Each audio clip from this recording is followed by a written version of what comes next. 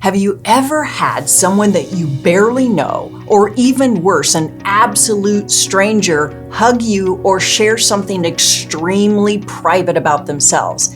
I think we all have, and it leaves us feeling uncomfortable. So what's going on with this awkward situation? The problem is the other person doesn't have appropriate boundaries in the relationship. It's important to guide your actions and your conversations based on the type of relationship. What do I mean by type of relationship? Let's break down 5 basic levels of relationships or types of relationship. First, there's family. Family is usually your closest relationship level. These are people you've known the longest. You tend to know them well, and they know you. I like to say they know the good, the bad, and the ugly, and they still like me. If it's not family, think about the people in your life you have known the longest. The second level of relationship in your life are the close friends. These are the types of friends you hang out with regularly and you have known for a while. Close friends come over to your home and you go to their home. These first 2 types of relationships, family and close friends, know the details of your life and you tend to be comfortable with a hug from them and vice versa. These are the people you share intimate details about your life as well as knowing intimate details about their life. The third level of relationship is casual friends. Notice I didn't say close friend. A casual friend is someone you know and hang out with just occasionally, but they don't know many details about you. You don't share confidential information about your life with a casual friend because you barely know them. It should feel awkward if a casual friend comes up to you to give you a hug. Casual friends may transition to being a close friend, but this takes time. It's important to know their values and interests before you allow them into your inner circle of longtime trusted friends and family. The fourth level of relationship are the acquaintances in your life. These are people you know just barely, just a little.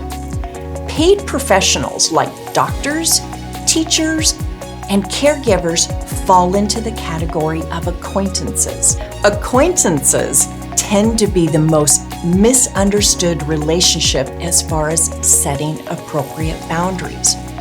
Paid professionals are not friends.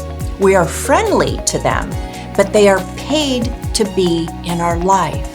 It's important to know if they didn't get paid, they wouldn't be in our lives. As an example, you can trust your teacher as a paid professional, but it would be inappropriate to hang out with your teacher outside of a school setting. Another example of an acquaintance is someone you just met. The best way to meet new people is to be introduced to them by someone you trust. Someday, this type of acquaintance you just met might move into being a casual friend and then on to being a close friend. But again, this takes time to know their interests and their values.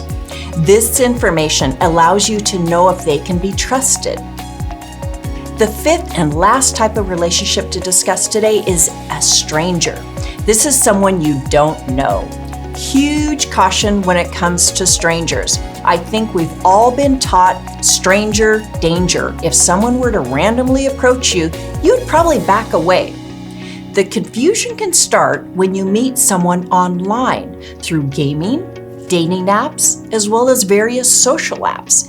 It seems like you might begin to know them by messaging back and forth, but the problem is many bad people or bad actors use these platforms to exploit other people emotionally with plans to eventually exploit them physically and financially. Again, it is best to meet someone new by being introduced to them by someone you know. Although I don't recommend it, if you do meet someone online, it is so important to include a trusted friend or family member in this relationship. You do this by talking to a trusted friend or family member about this online relationship. If you're not comfortable talking to someone you trust, you're probably going down a wrong road. If you only know someone online, they're not a friend. At best, they're an acquaintance, so huge caution. You may have noticed in the 5 types of relationships we discussed, I haven't mentioned a boyfriend or girlfriend. A boyfriend or girlfriend is deemed a close friend. This type of relationship takes time.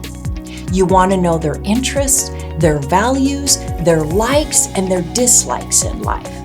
The way to get to know someone you're wanting as a boyfriend or girlfriend is to date them. Dating involves going out to movies, walks, bowling, game nights, and also introducing them to your friends and family. This can be done in a group setting or just the 2 of you once you know this person can be trusted.